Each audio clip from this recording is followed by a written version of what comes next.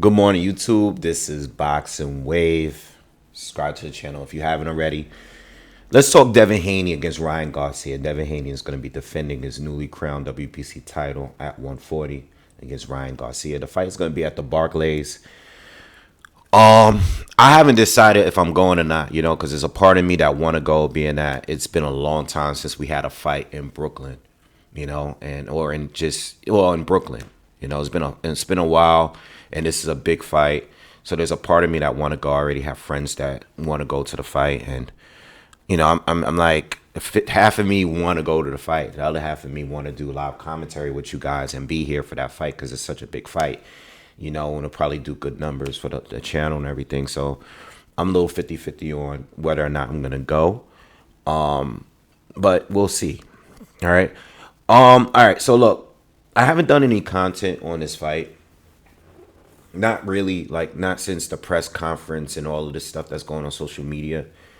I'm going to talk about a few more things, and I would like to get some feedback from you guys and some of the comments, and let me know what you guys think. I am going to talk about the fight eventually, like breaking it down, like from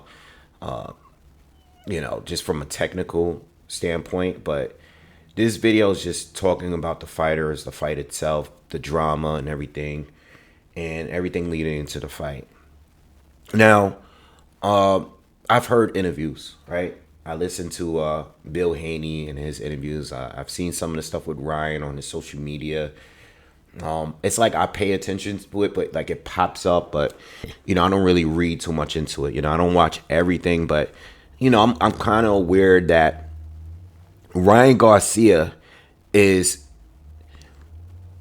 You gotta try to decide whether or not Ryan is selling the fight as like, I'm crazy, I'm on drugs, I'm an alcoholic, I'm having mental issues. Is he selling the fight that way, or is he really going through something? And let me know in the comments. Again, this is gonna be a discussion. Maybe I'll talk more about it in the future, maybe not.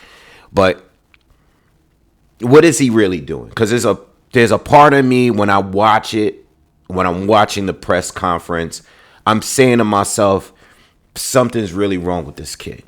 When I see what he's posting on social media, I say, something's really wrong with this kid. Like, this guy might be going through a mental breakdown as like right at the moment, right? We're witnessing a downfall of a superstar fighter. Right now we're watching it and we've seen it before. Or is he just promoting the fight? Is he selling the fight? Is he getting people to pay attention to him? And in the same time, is he making his opponent underestimate him? Because not only has he lost to Tank Davis, not only did he not look great against Oscar Duarte, where I think it was a fight that he was experimenting, and I'll speak more on that later in this video. But is he making his opponent underestimate him? Because he looks like something's wrong. It looks like he's pulling out a fight. Like, just the certain things that are being said by both him and his team and the Haneys, you would think that something is really wrong, because everything leads toward Ryan Garcia's downfall, and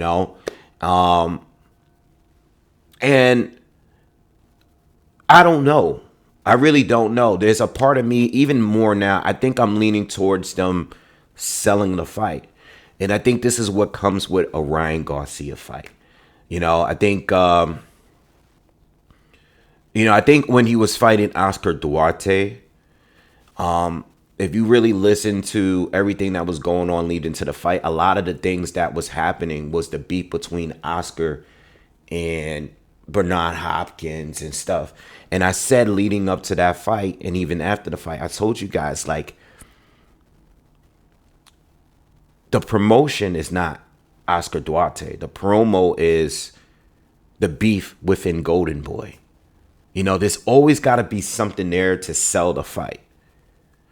And that's the way I look at it. Even in the comments made in the press conference, him coming out with the gold chair and the big chair, and and just the trash talk between. I mean, we've seen it before. It's nothing new, but I believe that it's forced now. And him being weird and just doing random weird stuff.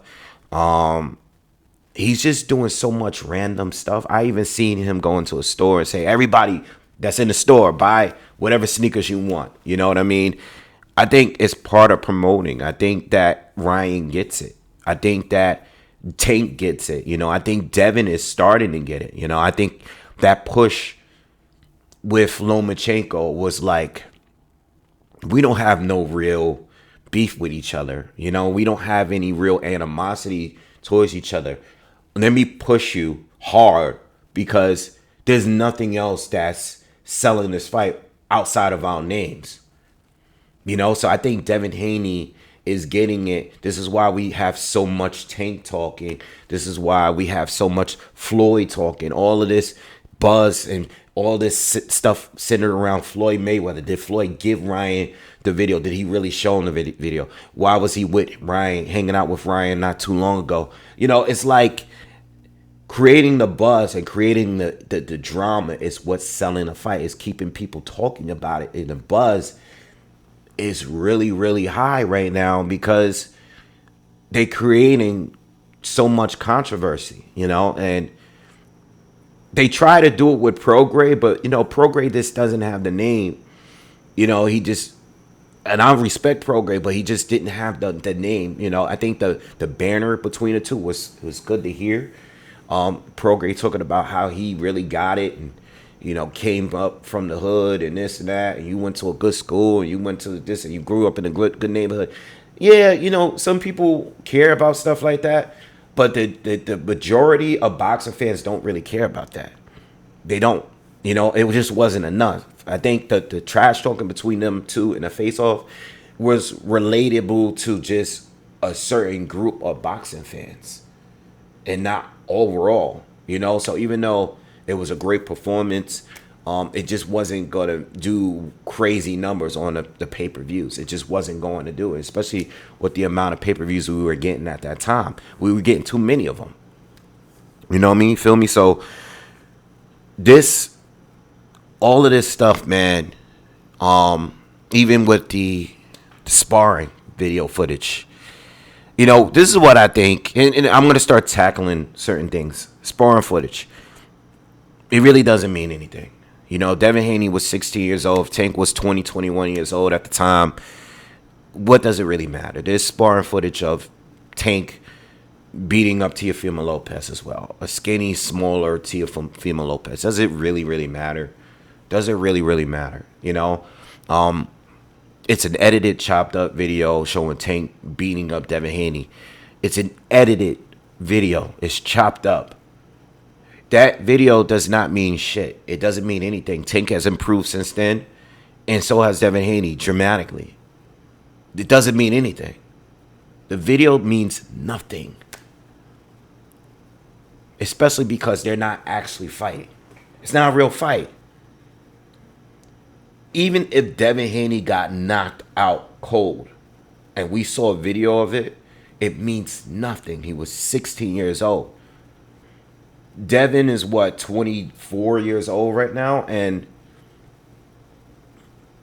I mean, he's better than what he was just 2 years ago. If you compare him now to where he was, what fights he had before the Camboso fights, he's better already. He's improving with every fight. He's literally coming off his best performance. You know what I mean? That's not the Devin that fought Tank in the gym. It's not the same fighter. That video means nothing. And to be honest, it's not even making him look bad because everybody knows the video is edited. Anyone that's got some kind of common sense knows that this video is an edited video that shows Tank looking good. If the true story behind it is that Adrian Broner had to pay Bill off the bet that Devin won the fight, that means that Devin won the fight. Or at least he outlasted Tank. You know? That video means nothing at all. You know, I want to see what you can do to him in an actual fight. Can you knock Devin Haney out in an actual fight? Can you beat him in an actual fight? That's all I want to know. You know, I don't care about sparring stories. Sparring stories doesn't mean anything. A lot of fighters sparred well and then end up losing to that same guy. There's a lot of sparring partners. It doesn't mean anything. You know, I mean, look at Brian Norman Jr. just fought this past weekend. Not only did he not look good in this fight, got dropped in the first round. And I know it ended up being a no contest, but he didn't look good in this fight. He didn't look good in his last fight. But this is a guy that the stories with him and Bud, him knocking out Bud and all of this, his buzz was created off the strength that he allegedly hurt or knocked out Bud in sparring. But when you watch him in a real fight, he's not that good. So who cares about sparring stories? All right. Now, as far as the pressers and, you know, the back and forth between like Bill Haney and Ryan Garcia's dad and mom and stuff, that's all to sell the fight again. You know, it's no different from Bill and Teofimo Lopez's father. You know, the same thing with them. You know, they guys are going back and forth with each other and then they're hanging out. And then it's like, listen, you got to sell the fight. You know, and I don't think it's about, like Ryan says stuff like I like to drink, I smoke. This is the real me. I like to smoke weed. Maybe he really does. Now, do I think it's a good way of being a role model? No, I don't think it's a great way of being a role model, but I think we're past that time. I think we're in a different time. Controversy sells. That's the most important. It's not about being a role model. It really isn't. It really isn't. You know, I think the days of like when I grew up, you had guys like Michael Jordan who was on all the Gatorade commercials being like Mike, this is really positive. Yeah, he had some issues outside of the sport. But to be honest, you're probably better off being more famous if you're more like Dennis Rodman. Like Dennis Rodman was so controversial back then. But to be honest, like, there's so many people that are like him now, where he stood alone in that time. Dennis Rodman would flourish today, in today's time. Just coming out, wearing, you know, having all these tattoos, all these piercings, all these different hair colors, fighting, getting into these fights in the sport. Dennis Rodman would sell today, you know, or someone, a figure like him today, because it's all controversy. It's getting people to talk about you. It doesn't even matter what you're doing in the ring anymore. You know, this is why people like Floyd, you know, even though I don't think Floyd was completely negative or anything. No, he was positive in certain ways, but it was just the trash talking that he did, the disrespectful things that he would say. You know, even some of the drama and theatrics outside of the ring.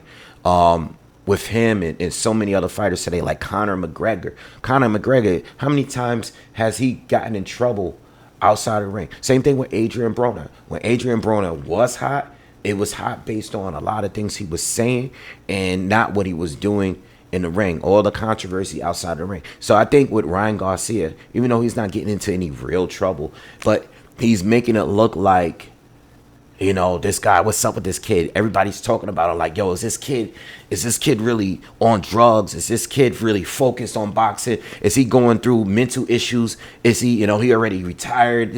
Yeah, I think some of it is true, but I think also he just knows how to sell a fight. There's a part of him that knows, like, yo, let's put as much drama about us, between us two, between me and Devin Haney, the Floyd stuff, the me being on drug stuff, all of this stuff, my parents, his parents beefing with my parents, all of this stuff is to create what buzz for the fight.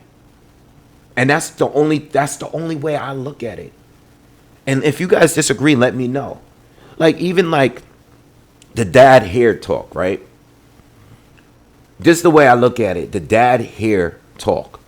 All right, Bill Haney brought up his toupee, his dad's toupee, his wig. Basically, he was saying this guy's wearing a wig, and then Garcia's father fired back by saying, "Well, at least I'm not a nappy head like you got the Don King hairstyle and all that." Now, the nappy hair comment is a racial comment because it's based on saying your hair looks a certain way based on the texture. And the texture is based on what race you are, right? It is. So it can be viewed as a racial fluids comment type of thing, right? So yeah, I can see how black people can take offense to it, right? But at the same time, it's all fair game, at least with me, because he's not saying it to me. He's saying to Bill Haney, a guy that just exposed your wig, which I'm sure Ryan Garcia's dad, senior, or whatever his name is, his first name, Garcia's father is probably super insecure about the fact that he lost his hair and he has to walk around with a wig, and you're exposing it.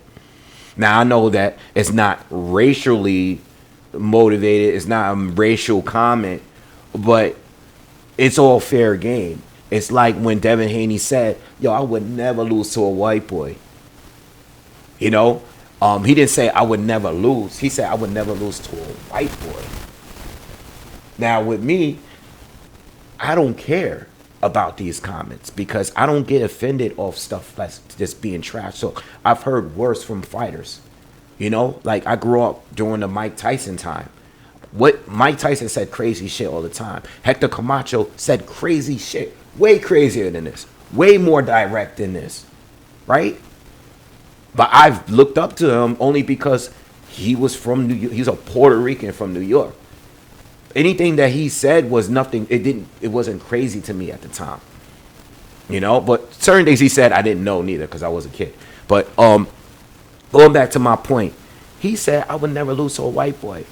And that there, all the way, even though that was years ago, and the fight just happened last year between him and Loma, people are still mad about that comment. In fact, the fact that Devin Haney won that fight just made it worse. Because people wanted Loma to win that bad just because of that comment he made back then. I would never lose to a white boy. Like saying like, you could take it as, yo, if I lose, I ain't losing to a white boy. And people took offense to that. And that's what I'm saying. It's fair game. Like, listen, you can't play victim. You just can't. If you're about that energy, you can't play victim. You can't be offended. Don't be offended. He's talking trash. You talk trash before. You brought up race before. If they're bringing up race right now, you know what? Make it racial. Let's be real. Boxing is racial. I think once upon a time, like when I was creating content years ago, we used to be able to just keep it boxing for mostly. Most of the time, 75%, 80%, we were just talking boxing. But it's not like that no more. The newer fans, they're not into that crap. They like to hear the racial talk. Let's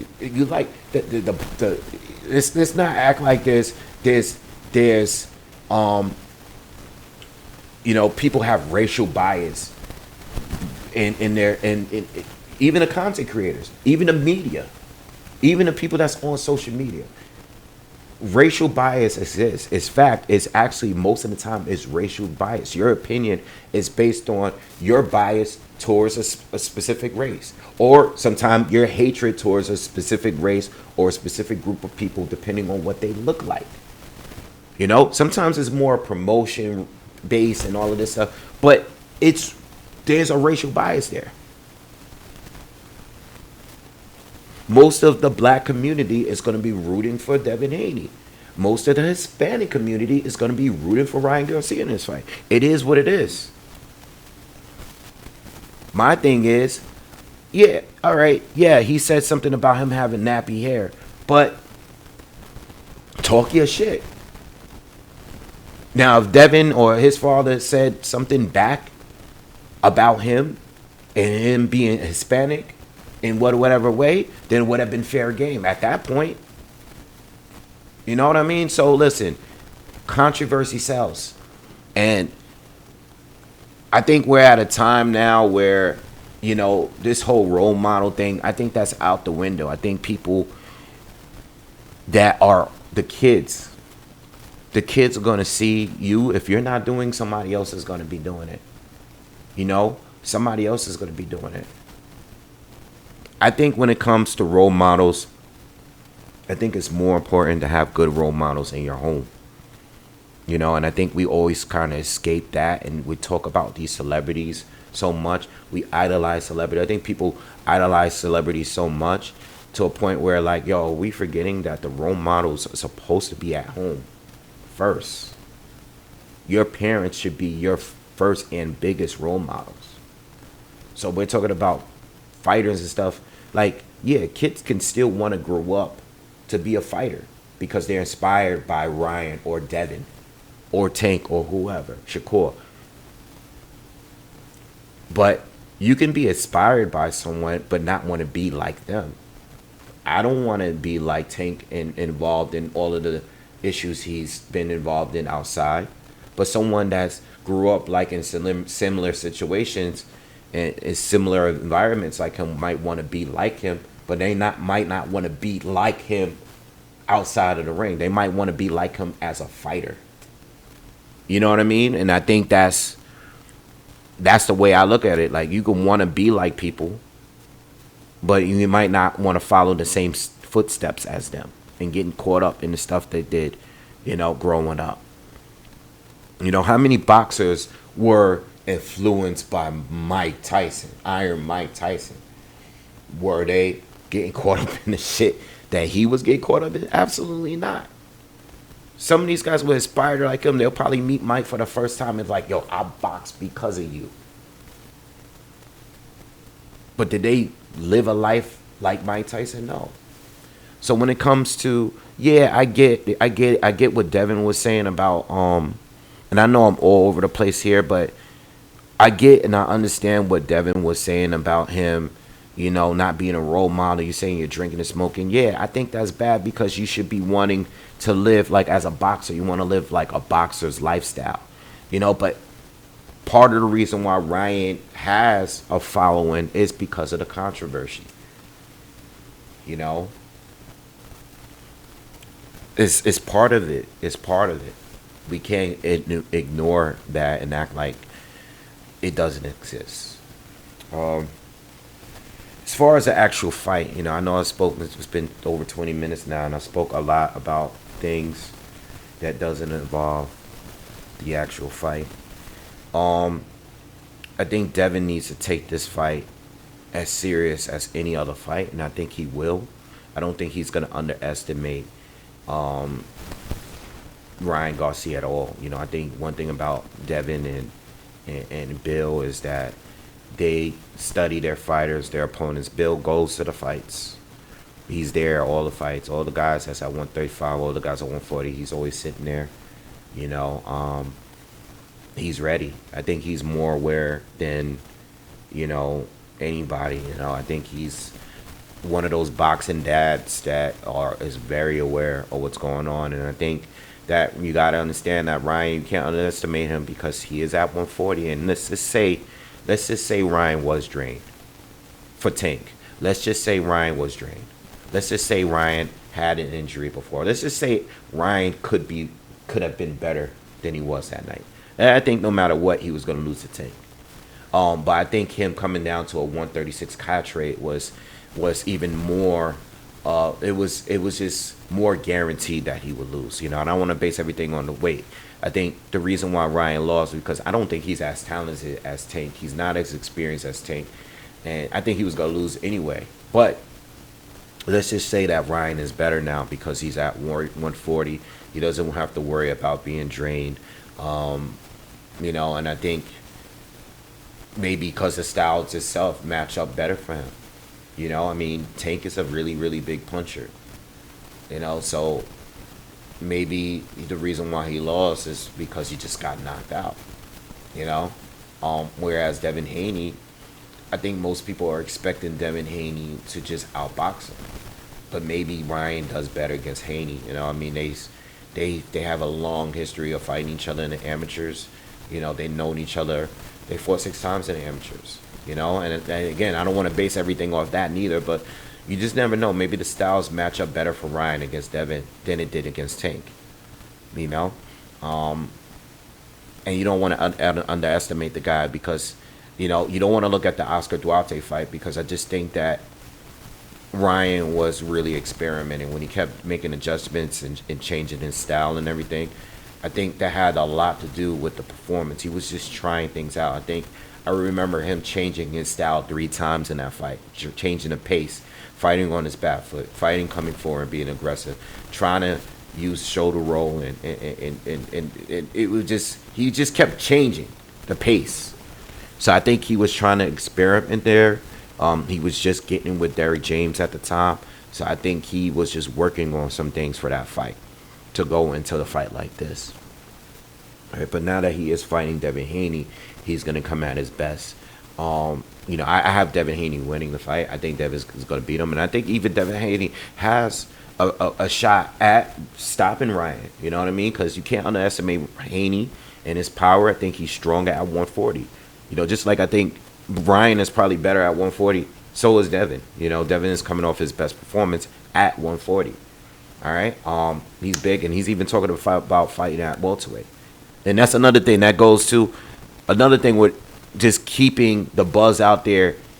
You come off that win against Prograis, and you start mentioning names, you know, like names like Crawford and Ennis and all of these other fighters at 147. Names started popping up once he started talking that welterweight talk. Maybe my next fight will be at welterweight. That's what they were saying. So you create a buzz for yourself, and these guys know how to keep their name buzzing. All the Floyd Mayweather talk, all the Tank talk, all of this talk and buzz around other fighters that you're not even fighter. They get how to keep their names relevant. Bill Haney is going. He's on. I was just watching some of the Is What It Is interview with Cam and Mace. He's on there this morning. You know, he was on. Shout out to Coach Malachi. And that's another thing with the drug talk. I don't believe the drug talk simply because, you know, I'm not saying Ryan doesn't do it, but what I am saying is that Bill Haney confirmed on Coach Malachi's channel that there was body testing for this fight, you know, and you don't want to ruin it based on recreational drugs like the way that Keyshawn Davis was recently suspended for it. You know, David Benavidez lost his title over it. So, again, I think Ryan is more focused. I just think that Ryan is as crazy as he seems sometimes, and I was falling into the trap too. Based on how I stand today, I think Ryan is doing everything he can to make the buzz hype. You know, even the whole he might pull out the fight talk is it's making the boxing community. You don't want to seem predictable anymore. Look what's happening with Canelo right now. You know, now there's rumors that he's going to go back to PBC. Like, think Canelo at this point is just trying to keep the community guessing, you know. You don't want them to know your next move. You want them to think something's going on, but realistically, everything you think is going on is not happening. All right? Anyway, I think I said enough, man. This is a long video. Let me know what you guys think in the comments, you know, talk about whatever. Again, a lot of this is just all hype, and I think they're taking advantage of the way how boxing fans think. Yes, it is 100% racial now. It is what it is. And it's all about the controversy too, the insults, you know, the sparring footage, all of this talk, personal jabs at each other. It all comes with the game, man. It's always been that way, but even more so now because you have social media and you can just go on any random day and post yourself doing something crazy or saying something crazy. You know, it is what it is, all right? Anyway, subscribe to the channel. I'm out of here. I'll see you guys on the next one. Peace.